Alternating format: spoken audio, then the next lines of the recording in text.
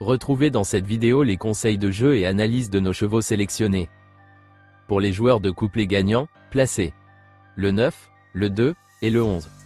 Pour les joueurs de multi, le 9, le 2, le 11, le 10, le 13 et le 1.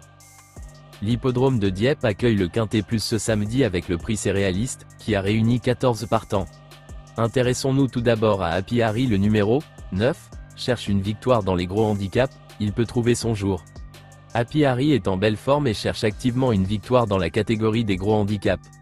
Troisième sur cette piste dans une épreuve similaire le 3 octobre, il n'a pas démérité dernièrement à Auteuil, se classant 6e.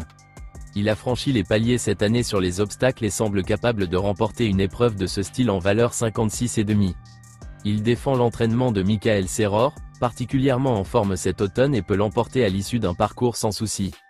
Son compagnon d'entraînement Jour Polaire le numéro 2, peut lui mener la vie dure. Compétitif lors de ses deux dernières sorties dans des lots relevés, il est très bien placé au poids en valeur 64 et ne devrait pas être loin de la vérité en toute logique. Follow You le numéro 11 à l'occasion de son premier Quintet Plus, le 10 septembre à Auteuil, ce concurrent du baron Alain d'Arexy a mieux couru que ne l'indique son classement, 9e. Il a depuis prouvé sa forme en plat et a effectué un retour encourageant, 6e, sur les obstacles. Sans avoir une grande marge de manœuvre, il peut se placer. Kuncerto le numéro 10 a très vite montré de solides moyens sur les obstacles, il vient de se classer 2e sur cette piste, pour sa première tentative dans la catégorie des gros handicaps. Il s'est intercalé entre le roi David et Happy Harry et doit pouvoir jouer à nouveau un premier rôle s'il parvient à répéter une telle performance.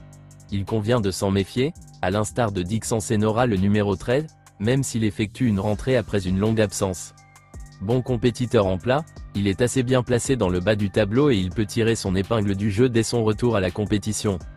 Le roi David le numéro 1 a été pénalisé après son succès du 3 octobre dans la course référence, il a montré qu'il était toujours en forme lors de sa dernière sortie, s'imposant dans une course à condition sur le steeple de Clairefontaine. Il a moins de marge au poids mais il peut encore prendre une place dans les 5 premiers. Panarea le numéro 8 s'est montré décevante lors de ses deux dernières sorties dans les gros handicaps, mais elle vient de rassurer tout le monde en s'imposant sur le steeple d'Auteuil. Présentée par François Nicole, elle peut tirer son épingle du jeu. Java le numéro 5 vient de montrer un meilleur visage, une confirmation est attendue de sa part. N'hésitez pas à laisser un commentaire avec votre propre pronostic, et à liker si vous avez aimé. Voici notre pronostic. Bon jeu à tous.